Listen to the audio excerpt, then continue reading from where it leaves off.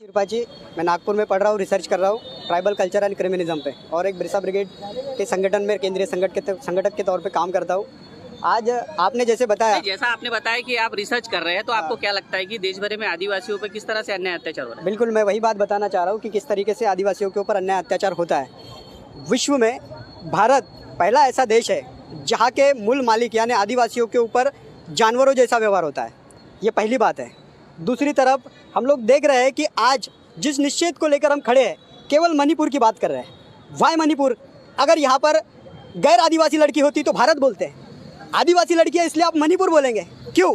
क्या ये आदिवासी भारत नहीं है? ये आदिवासी भारत है, और वो लड़की केवल मणिपुर की बच्ची नहीं है, वो केवल आदिवासियों की बच्ची नहीं है, वो भारत की बच्ची है। भारत के हर धर्म के, हर जाति के, हर पंथ के लोगों ने उस निश्चित को लेकर सामने आना चाहिए था। हम लोग देखते हैं कि नेताओं की जब पार्टी रहती है, नेताओं की जब कार्यक्रम रहते हैं, तो कतार में लोग खड़े रहते हैं। आज एक महिला की इज्जत की बात आ गई है। इज्जत होती है, महिला की हो या पुरुष की हो, गाय की हो या बैल की हो, इज्जत होती है। यहाँ पर महिलाओं ने, पुरुषों ने एक साथ डटकर खड़े होना चाहिए था, कोई नहीं दिख रहा है।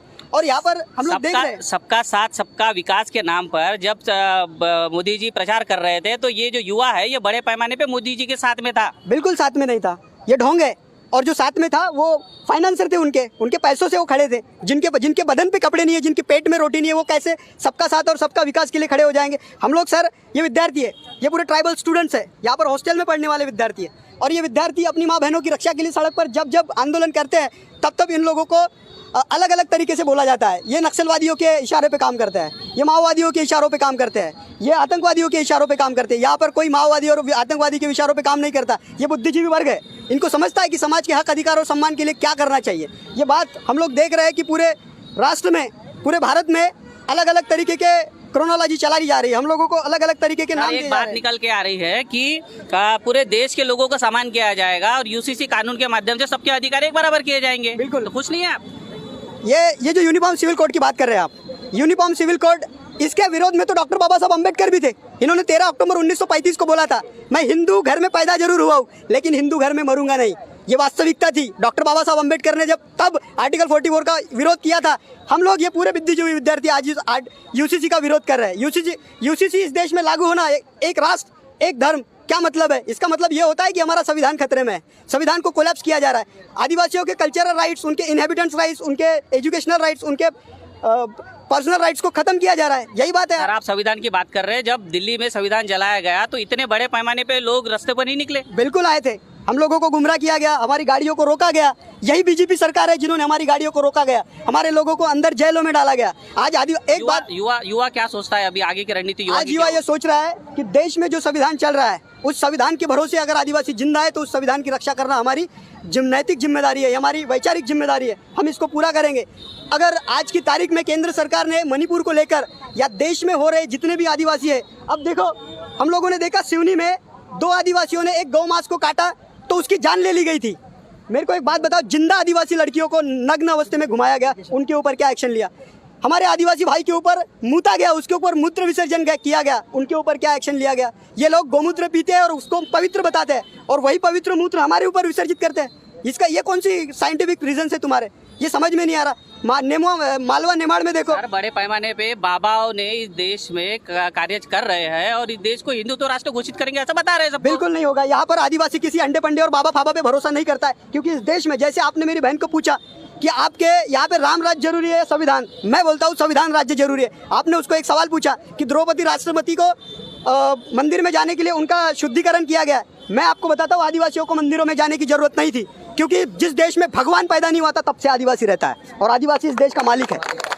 We are not only citizen of this country, we are the owners of this country. हम इस देश के केवल नागरिक नहीं है, हम इस देश के मालिक है, और हम लोग मालिक होने का सम्मान और अधिकार किसी से मांगेंगे नहीं, ये छीन कर लेंगे।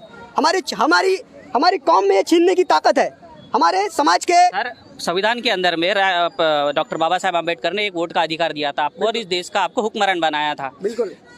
2013 का सुप्रीम कोर्ट का निर्णय है, उन्होंने कहा है कि ईवीएम मशीन जो है, जिससे भारत में चुनाव होते हैं, ये मशीन फ्री फेयर ट्रांसपेरेंट चुनाव नहीं कर सकती है। तो फिर आप किस तरह से अपना हक अधिकार लोगे?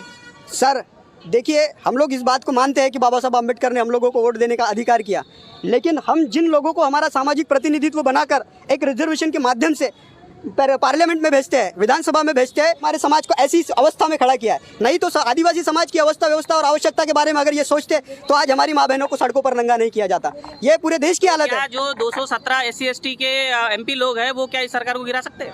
बिल्कुल गिरा सकते हैं अगर उनकी नीयत है, उनकी रगों में, उनके लहू में अगर आदिवासियों का खून बह रहा है, SC/ST OBC का खून बह रहा है, उन लोगों में, इस देश के स्वतंत्र वीर जितने भी आदिवासी महावीर हैं, उन लोगों के विचारों के संघर्ष से अगर चल रहे तो वो गिरा सकते हैं। और अगर ये गंदी नीयत की सोच है, अगर ये खूंटे से बंधे हुए बैल है, तो बैल कभी भी इशारे पे काम करता है और वो इशारे पे काम करता जाएगा। आने वाले समय में पूरा आदिवासी समाज, पूरा बहुजन समाज, मुस्लिम समाज, OBC समाज, आने वाले समय में ऐसी षड्यंत्रकारी और सत्ताधारी जमात को ये पाठ पढ़ाएगी। और ये हम लोग यहाँ पर खड़े होकर बात कर रहे हैं। तो ये है बाबा साहब के सपनों का भारत। बाबा साहब ने इस देश में शिक्षा को प्रभुत्व दिया। उन्होंने कहा था जब भी शिक्षा जो है वो शेरनी का दूध है और जो पिएगा वो इस तरह से दहाड़ेगा। इस देश में दो तरह के युवा नजर आते हैं, एक वो युवा जो कंधे पे कावड़ लेकर घूमते हैं और एक वो युवा जो आज अपने समाज के, अपने देश के, अपने बांधवों के, इस भारत देश के हक अधिकारों के लिए लड़ने की बात करता है। तो हम तो देखना चाहेंगे कि इस तरह का भारत ये जल्द से जल्द निर्माण हो और युवा जो है ये इस देश की सबसे बड़ी ताकत है और यही ताकत इस देश को फिर से इस देश का, इस दुनिया का विश्व गुरु बनाने में सक्षम है। आदिवासियों के गद्दारों को मारो सालों को, आदिवासियों के गद्दारों को मारो सालों को। सरकार देश की चालक है, आदिवासी देश का मालक है। सरकार देश की चालक है, आदिवासी देश का मालक है। सरकार देश की चालक है, आदिवासी देश का मालक है। आवाज दो, जय बिरसा, जय बिरसा।